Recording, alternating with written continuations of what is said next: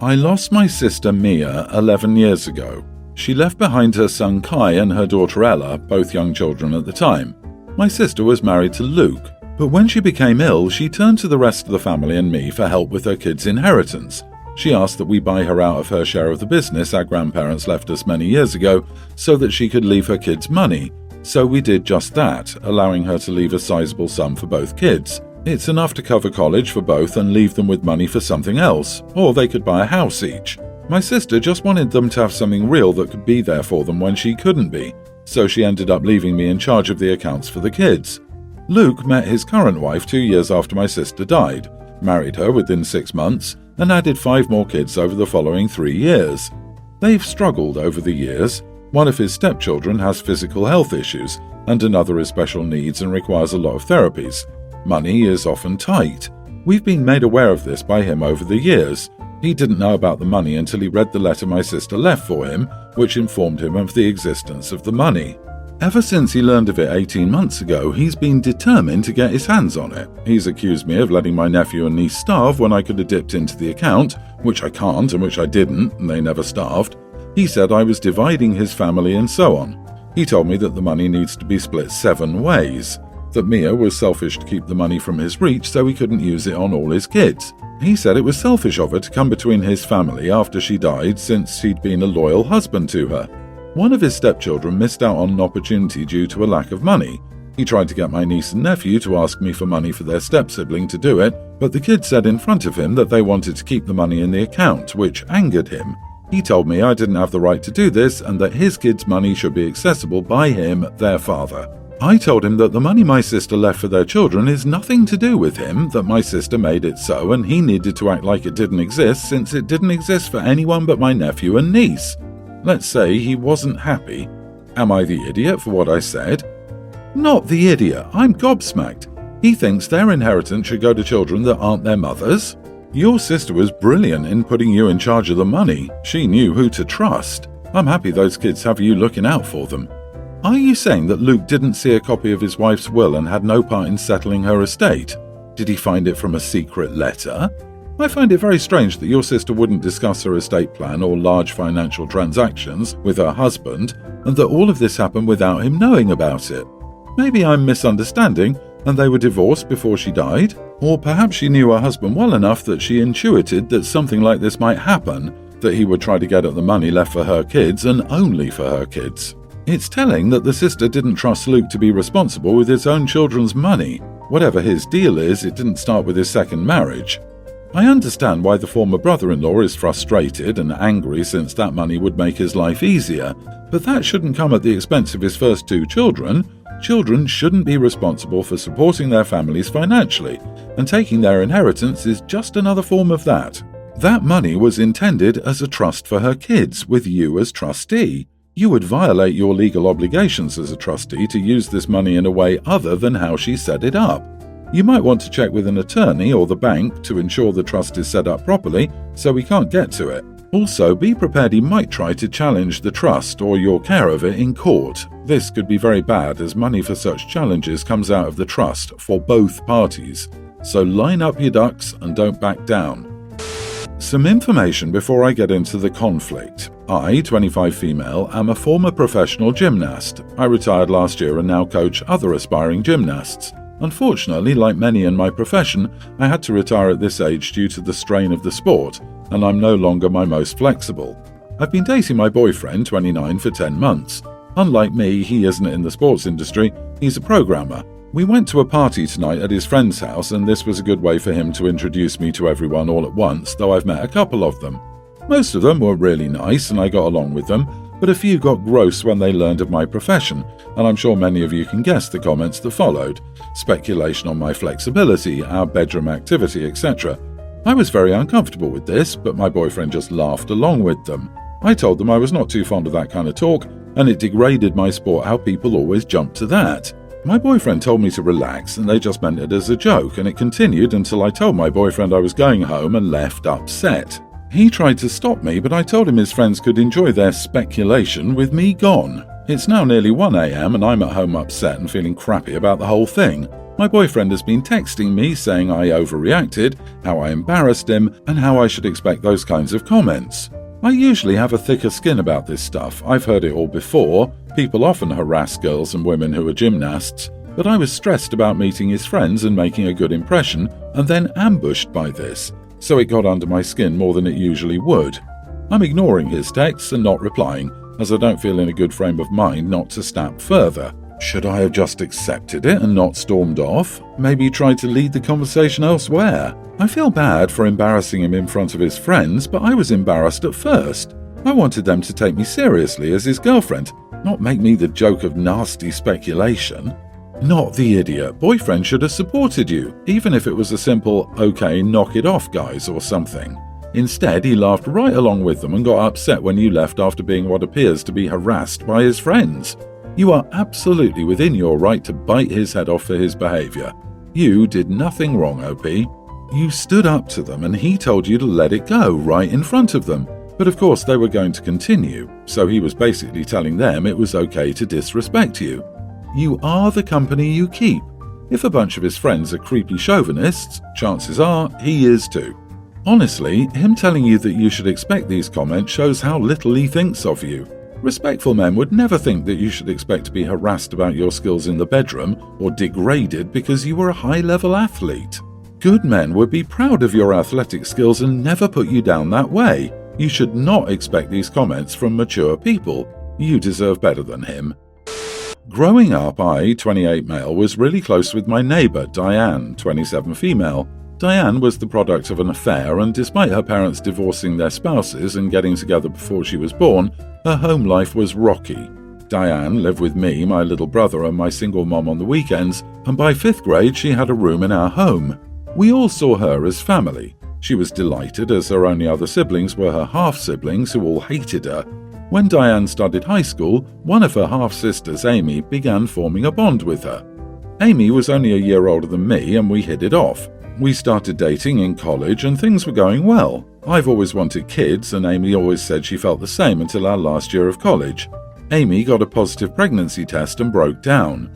She told me that she lied about wanting kids and that she hoped she'd warm up to the idea or I'd change my mind. That she thought she'd be okay with it if it was for me, but now that she's pregnant, she knows for a fact that she never wants to be a mom. We argued. I told her that she'd known I'd wanted kids before she was even interested in me and lied. Because of all the fighting and stress for finals, she lost it. I broke up with her soon after. It was hard because I loved her, but Diane was there for me. Then last year, Diane got pregnant, and the father wanted nothing to do with her or the baby. So, having a single mom, I took her in and vowed to support her, and she gave birth to a beautiful baby girl. Early in the pregnancy, Diane found out she had cancer. It was a hard hit on all of us, and she started making a will and asked me to be the legal guardian of her child should it come down to that. 7 months ago, Diane passed away, leaving her infant daughter in my care. She named her Josephine after my mother and didn't choose a middle name. So, after officially adopting her, I gave her Diane as a middle name. Amy came to me 2 days ago saying that she waited until after the adoption process to ask me because she didn't want to stress me, but I should let her also adopt Josephine because she's Diane's closest family member and that Josie needs a mother, and since I grew up in a single-parent household, I should know that better than anyone else. I told her that Diane left Josie in my care and it's disrespectful to try and place her as her niece's mother, not even a year after Diane's passing. Some of Diane's family are calling and telling me that I'm being thoughtless, that Josie needs a mother, and that I'm not family, so I don't know what I'm doing. It's all such a stressful time, and I haven't even had a moment to grieve properly, so I'm probably not in the right state of mind. Am I the idiot? Not the idiot. If her mother had wanted her to be with her sister, she would be.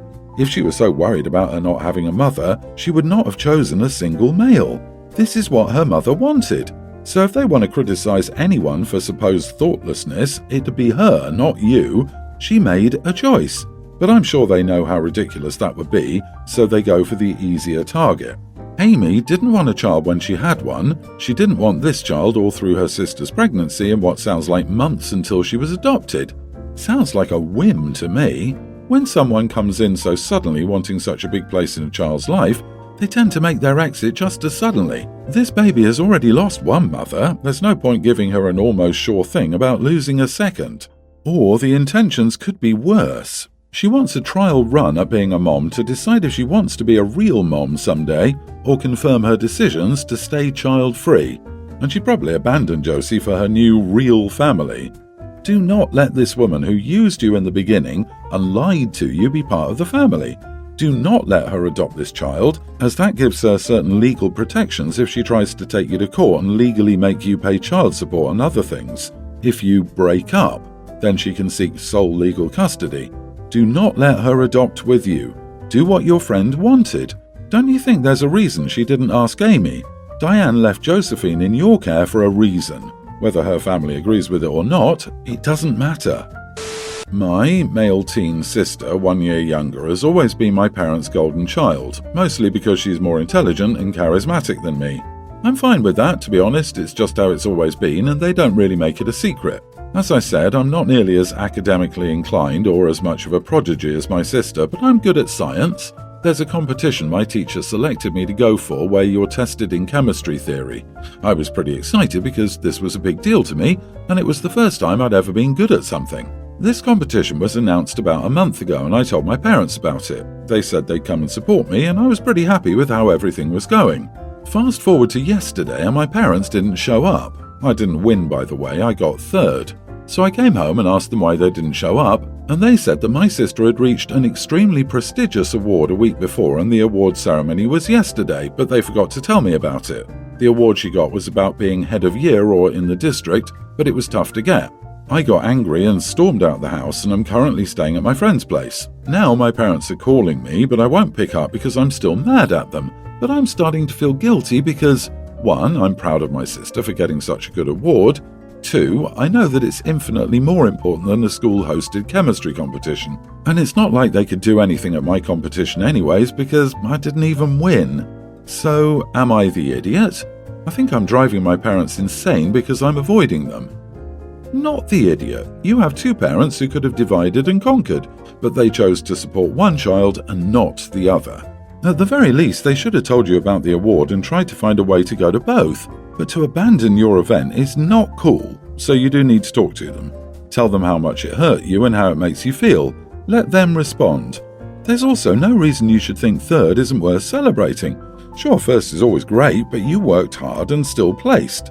As an internet stranger old enough to be your grandmother, let me say how proud I am of you for coming in third.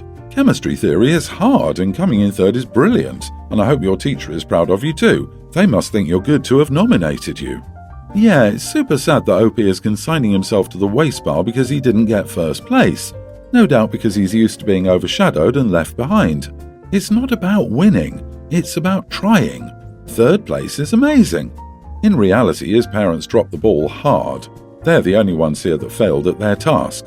Selfish and unthoughtful, it seems like they've kicked the joy out of their son. My son, Teen, has had a boyfriend for 1.5 years now. It's always been pretty obvious. He'd always be touching our son, not inappropriately or anything. The boyfriend would sometimes greet our son with, "Hi, handsome." They would spend significant amounts of money on presents, and my son baked treats for him.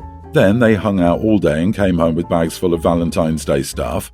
They kept accidentally falling asleep in the bed together and treated him nicer than his other friends, etc. Our son sat us down saying he had something important to tell us. This kid doesn't take anything seriously, so we got worried, thinking it was something bad. He just came out as gay. I laughed and said, "Duh," and my husband chuckled and went back to scrolling his phone. We thought he was joking as we felt he was already out. My son got upset about our reactions. Am I the idiot? You will have to apologize and explain why you reacted the way you did. Every kid has their official coming out story, and his is that you two laughed at him and then ignored the moment. You are the idiot. This was important to him and you two made it upsetting. Your son did one of the scariest things you can do as a queer person, and frankly, the one time he needed you to be serious, you weren't. He needed the reassurance that you and your husband still loved him and that his being gay didn't change anything. Yes, to you it was obvious, but to him it was still a secret. So sit down with him and have a heart-to-heart. Show him your support. Not the idiot. This is supposed to be the gold standard of coming out. I'm pan and never felt the need to come out because my family would accept me and my SO. So I've introduced who I introduce. It's always, "Hi, name, can you grab some chairs?" I don't get it. Many other LGBTQ+ told me they don't want their coming out to be a thing, others want it to be a party. Maybe you should ask them how they thought it would pan out and how they want to go forward.